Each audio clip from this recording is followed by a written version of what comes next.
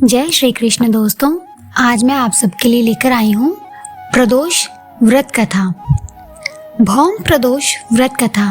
उससे पूर्व इस व्रत के बारे में थोड़ा जानकारी दे देती हूँ। प्रदोष व्रत एक ही देश के दो अलग अलग शहरों के लिए अलग अलग हो सकते हैं, क्योंकि प्रदोष व्रत सूर्यास्त के समय त्रयोदशी के प्रबल होने पर निर्भर करता है और दो शहरों का सूर्यास्त अलग अलग समय हो सकता है।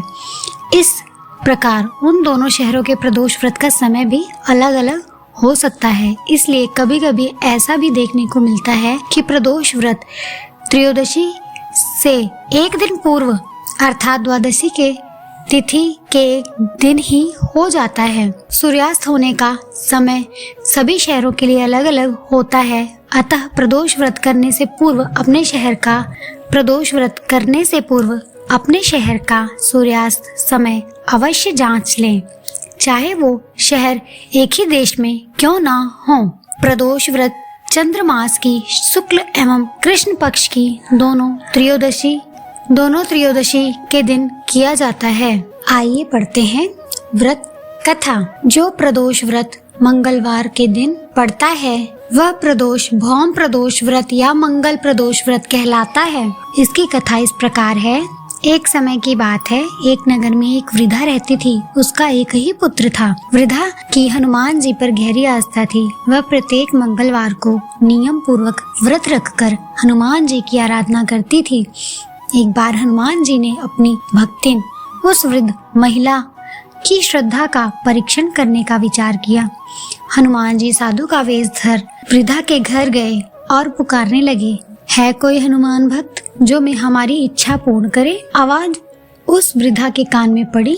पुकार सुन वृद्धा जल्दी से बाहर आई और साधु को प्रणाम कर बोली, आज्ञा महाराज। हनुमान वेशधारी साधु बोले, मैं भूखा हूँ, भोजन करूँगा, तुम थोड़ा जमीन लीप दो।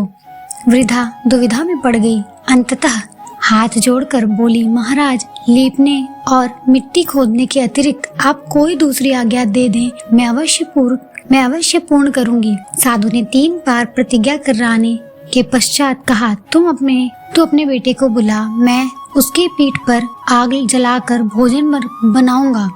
यह सुनकर वृद्धा घबरा गई, परंतु वह प्रतिज्ञाबद्ध थी। उसने अपने पुत्र को बुलाकर साधु को सौंप दिया। वेशधारी साधु हनुमान जी ने वृद्धा के हाथों से ही उसके पुत्र को पेट के बल लिटवाया और उसकी पीठ पर आग जलवाई। आग जलाकर दुखी मन से वृद्धा अपने घर में चली गई। इधर भोजन बनाकर साधु ने वृद्धा को बुलाकर कहा, उनका भोजन बन गया है, तुम अपने पुत्र को पुकारो ताकि वह भी आकर भोग लगा ले। इस पर वृद्धा बोली, उसका नाम लेकर मुझे और कष्ट ना दें। लेकिन जब साधु महाराज नहीं माने तो वृद्धा ने अपने पुत्र को आवाज लगाई। वह अपनी माँ के पास आ गया।